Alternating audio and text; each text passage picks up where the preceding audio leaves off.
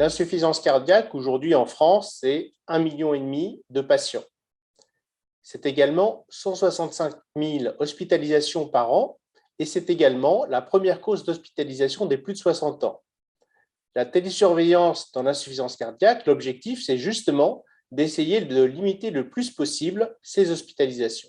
C'est le programme ETAP qui a été prorogé jusqu'au mois de fin juin 2023, qui va permettre de faire la télésurveillance des patients avec de l'insuffisance cardiaque. Donc, ça concerne les patients à risque d'hospitalisation récurrente ou des patients dont on pense qu'ils risquent de faire des complications à moyen et long terme. Et donc, le but, c'est le plus rapidement possible d'essayer de parvenir à un état de stabilité de la maladie, également d'améliorer la qualité des soins et d'améliorer la qualité de vie des patients. Alors, pour quels patients?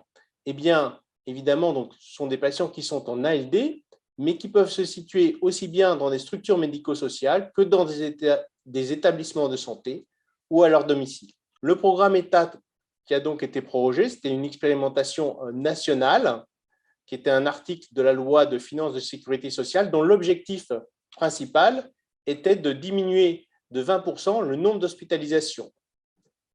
D'un point de vue pratique, il y a une prescription faite par le cardiologue pour 6 mois, associée à des séances d'accompagnement thérapeutique et une rémunération semestrielle de 110 € par patient. Au mois de janvier 2022, l'HAS a défini un référentiel dont nous allons voir les points clés. C'est le médecin qui est responsable du choix du prestataire et qui prescrit la télésurveillance. Bien entendu, comme pour toute pratique de télémédecine, il en informe sa responsabilité civile et le consentement du patient est obligatoire, avec en particulier une information sur le fait qu'on va transmettre des données nécessaires à la télésurveillance. Les critères d'inclusion, ils sont simples, rappelés par ce document de l'HAS, hospitalisation au cours des 12 derniers mois pour une poussée d'insuffisance cardiaque ou actuellement en classe NYHA 2 ou plus, avec un taux de BNP supérieur à 100 ou un NT pro BNP supérieur à 1000. La prescription initiale de télésurveillance, elle est réalisée par un cardiologue ou parfois par un médecin généraliste avec un DU d'insuffisance cardiaque. Cette prescription, elle sera d'une durée maximale de 6 mois, renouvelable. L'accompagnement thérapeutique, il est obligatoire. L'HAS nous dit que désormais, ce qui est préconisé, ce sont des séances mensuelles jusqu'au premier renouvellement, puis ensuite adaptées à la pathologie du patient. Cet accompagnement thérapeutique peut être réalisé par le cardiologue, par une infirmière qui a suivi une formation spécifique ou une infirmière sous protocole de coopération insuffisance cardiaque ou bien une IPA.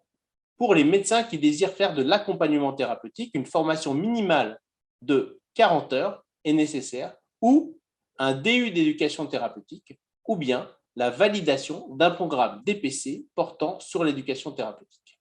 En pratique, on part d'une prescription médicale par le cardiologue associée à de l'accompagnement thérapeutique.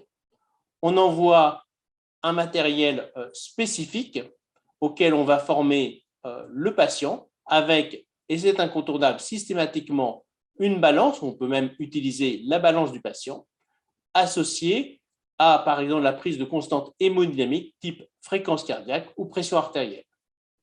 Ces données sont transmises de manière quotidienne sur une plateforme dédiée. À partir du traitement de l'ensemble de ces données, cela peut générer des alertes lorsqu'il y a des menaces de décompensation et cela va permettre d'agir de manière rapide pour éviter des réhospitalisations, notamment du patient ou des hospitalisations.